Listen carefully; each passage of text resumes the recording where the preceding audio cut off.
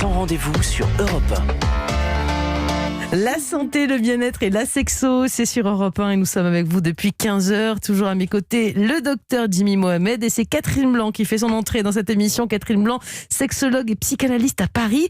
Aujourd'hui, Catherine, on a reçu une question pour vous. Écoutez bien, c'est une question d'Olivia. Bonjour Catherine, j'ai une petite question. Mon mari et moi, on a adopté un enfant il y a 2 ans et depuis, nos rapports conjugaux ne sont plus comme ils étaient avant. Est-ce normal? Pouvez-vous m'aider pour cette question? Merci.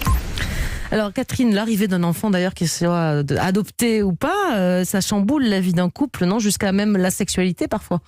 Oui, bien sûr, parce que, alors, on l'a déjà dit 1000 fois, quand c'est son enfant, on sait bien qu'il y a eu le temps de la grossesse, de l'accouchement, avec tous les désordres et les besoins de reprendre contact avec son corps. Dans ce cas-là, ça n'échappe pour autant pas à la règle, non pas parce qu'il y a des désordres corporels, mais tout simplement parce que jusqu'à l'adoption de cet enfant, le lien du couple, c'était de fabriquer un enfant, qui ont connu les déconvenus, les impossibles, puis après tout le processus d'adoption. Donc, leur désir était un désir porté par un projet qui était un projet d'enfant. Dès lors que l'enfant est là, le désir flanche parce qu'il ne trouve plus son élan. Parce que, malheureusement, notre sexualité n'est pas toujours qu'une question d'excitation pour l'excitation pour la sexualité, mais une excitation portée par un projet, et là, en l'occurrence, le projet d'un bébé. À cela s'ajoute, évidemment, ce que demande un enfant, qui est un gouffre à énergie, et bien évidemment aussi toutes les culpabilités, les peurs de ne pas être des parents parfaits parce que pas les parents biologiques. Comme tous les parents, mais ça c'est... Et finalement, comme tous les parents. Mais le parent adoptant a toujours le sentiment d'être moins légitime, donc il en fait 15 fois plus. Et puis on a attendu cet enfant comme le Messie. Donc de fait, on met beaucoup de choses, encore plus de choses dans sa direction, ce qui fait qu'on se prive peut-être dans la relation de retrouver le lien ou de garder ce lien. Et puis quand on est parent, quand on devient parent, on a l'impression que les priorités changent, le statut du couple évolue aussi, on passe de l'amant à celui de parent, et donc forcément ça peut être un impact sur la libido. Oui, parce qu'on a du mal à imaginer que des parents puissent avoir envie de faire l'amour, comme si c'était finalement les amants qui font l'amour, les amants en projet de parentalité, mais dès lors qu'on est des parents, nous-mêmes en tant qu'enfants, imaginer que nos parents font l'amour, c'est un truc pas très agréable. On a forcément envie d'avoir, là vous avez réglé la question en 20 secondes. Voilà.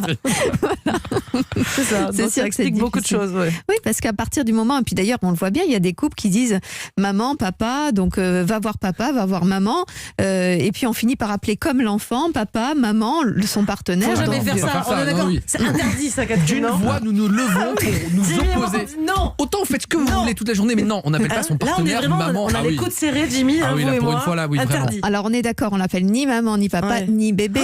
Le jour où on m'appelle maman. Ah oui, bébé. Bon, bébé, c'est chaud, non? Bébé, c'est niais. Moi, je trouve ça niais, mais c'est pas bien non plus. Mais non, parce qu'on fait pas non plus l'amour avec son bébé. Ouais. Ah non, mais moi, j'aime appeler bébé. Mais Oui, moi non plus, je vous rassure, mais d'accord, pas de petits surnoms comme ça. D'accord, mais maman, papa, on s'appelle pas comme ça tue l'amour, ça.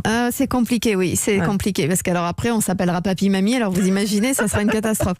Non, la sexualité, quand même, rappelons-le, peut suivre tranquillement son cours à des rythmes différents, certes, éventuellement, mais jusqu'au terme de sa vie. Donc, essayons de nous éviter nos CV relationnels pour qu'on reste des amants dans la relation de couple.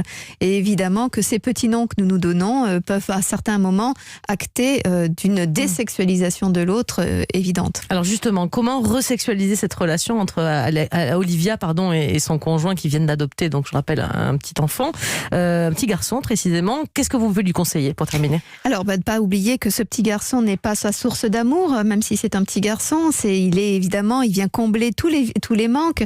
Pour autant, les manques ne sont pas dus à son partenaire. Donc, il y a encore des tas de choses à s'envier l'un et l'autre, à s'enrichir de l'un de l'autre, et pas seulement cet enfant qui vient combler toute la frustration de la paternité ou de la maternité.